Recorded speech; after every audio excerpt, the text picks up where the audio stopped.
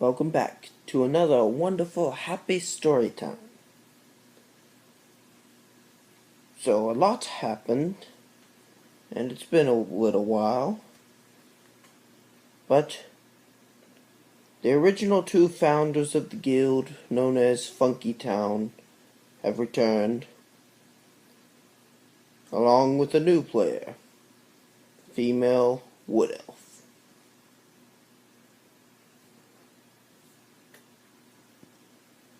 They start out at the guild, and a man arrives asking if they had anything to do with the disappearance of the bandits.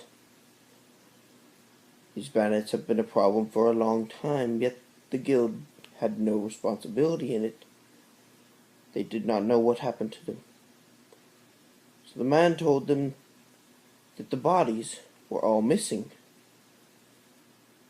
There were clear signs of a battle, where apparently the bandits were presumed dead, but there were no corpses left laying. So the team went out to investigate. They arrived at the bandit camp,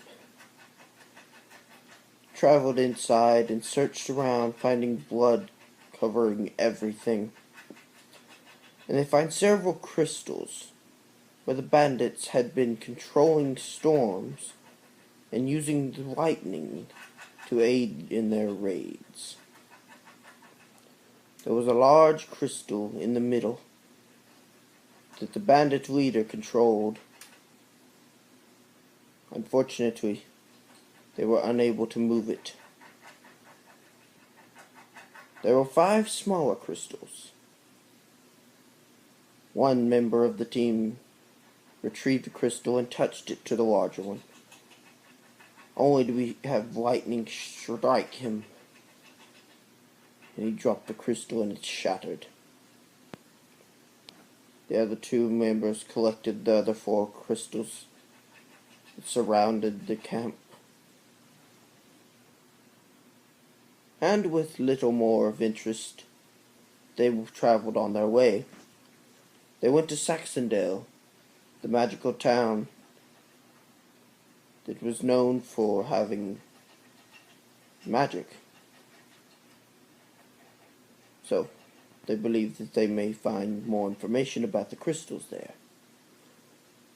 And more importantly, their crystals' value. So they go to the store there, and the newcomer had an interesting idea. 3 of the crystals were sold, and 1 would be used to make a bow. Of course, they would have to raise the 5,000 gold required.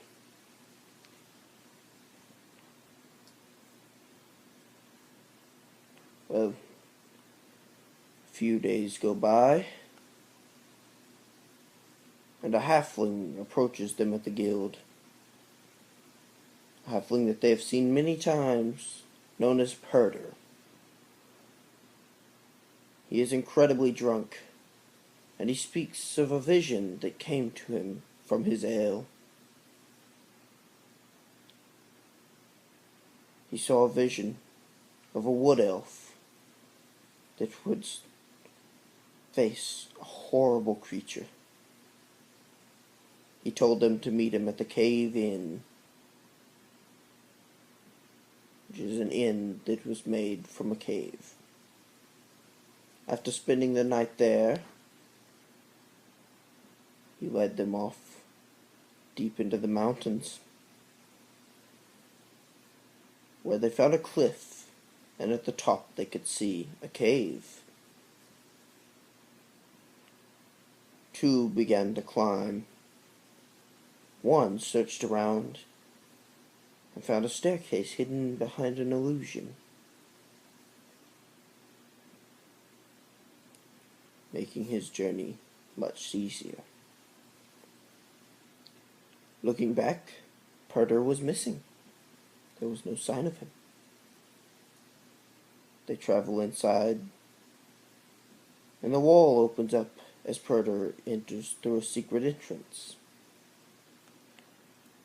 He tells them that it too came to him from his ale. Visions from the drink. But by this point, the rogue is very suspicious of Purder, believing that he may in fact be the necromancer that they are tracking down, and that he is leading them to their deaths. After a tense situation, they all continue on. So they continued down the stairs. The rogue sent Purder before him. The other two went ahead. As Purder climbed down, he slipped and fell to the bottom. They climbed down the ladder into the darkness. The barbarian lights a torch to see. Purder stands and continues deeper into the darkness. They hear him scream. They enter the next room to see what caused it, only to see Purder's corpse being dragged forward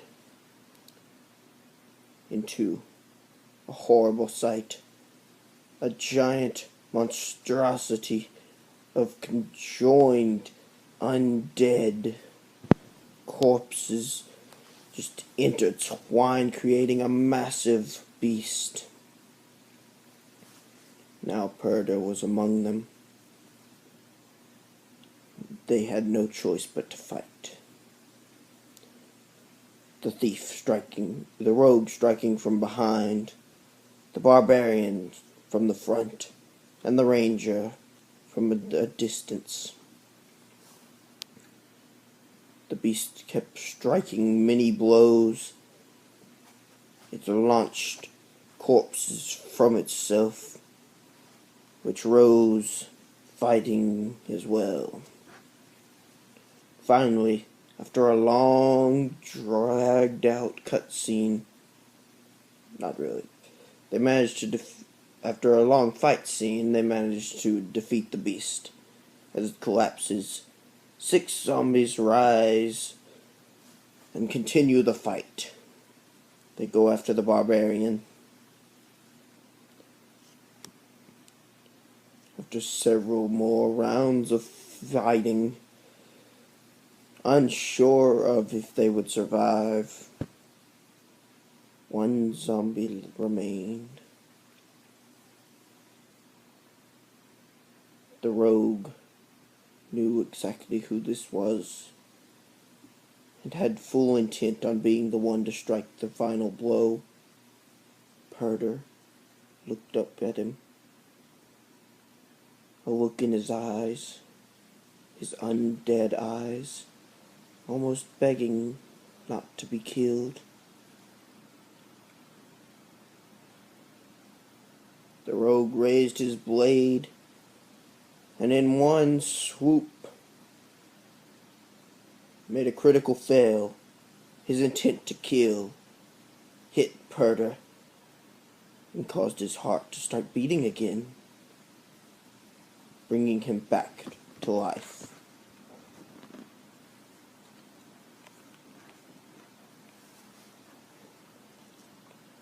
Now, the halfling lives, and his only request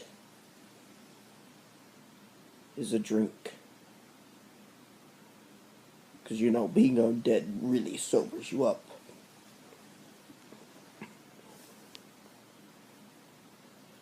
Underneath where the beast was is another ladder. They climb down and see that the area beneath is lit with candles on the wall. Inside is just a simple room, a table, a bed. On the far wall, some runes drawn for creating portals. And in the room is the necromancer that they've heard so much about. barbarian, strong and fierce, charges forth and makes a charisma check. Nat 20. They now have a chance to speak with the necromancer. They learn that he too has a hatred for the guild, which is another guild that intends on making all guilds obsolete by taking on every job for a price. Somewhere along the way, they had slaughtered his family, and he wanted revenge. He agreed to join their guild. After all, they had destroyed his main defense system. So now there's Necromancer, the mighty Phil, with 2 L's, has joined the guild. He opens a portal directly back to the Funky Town Guild Hall. He then goes down and claims the caves underneath as his own for his own work, raising an undead army to avenge his family. Purder also joins, with little more intent than to give drinks to all. With this, the team travels to Briarvale, and they spend time fighting in the arena there, placing bets. Finally, they made enough money to have the crystal turned into a bow.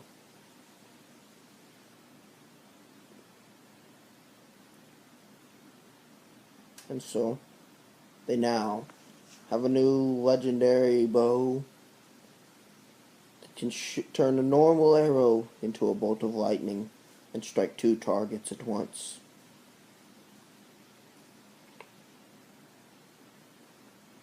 And that is where our story is reached. Soon they will raise an army against the guild, and only one will remain standing. The fate of all guilds rests in their hands.